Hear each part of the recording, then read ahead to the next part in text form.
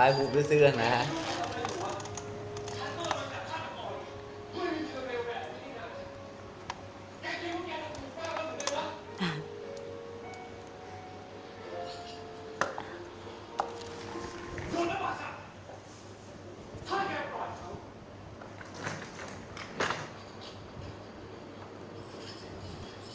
ฉันดีใจนะและฉันไม่ได้ขู่นั่งเลยนั่ง ฉันบอกให้รีบไป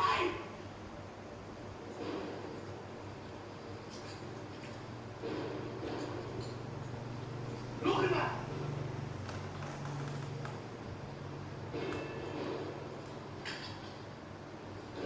ยกมือขึ้นแล้วก็ไปที่ศาลนะ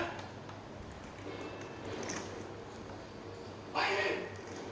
ดิฉันเลยช่างอุตส่าห์ถีบไปนะห้องดีหนู ตามลูกคนเดียว เร็วเข้า นั่งเลยนะนะ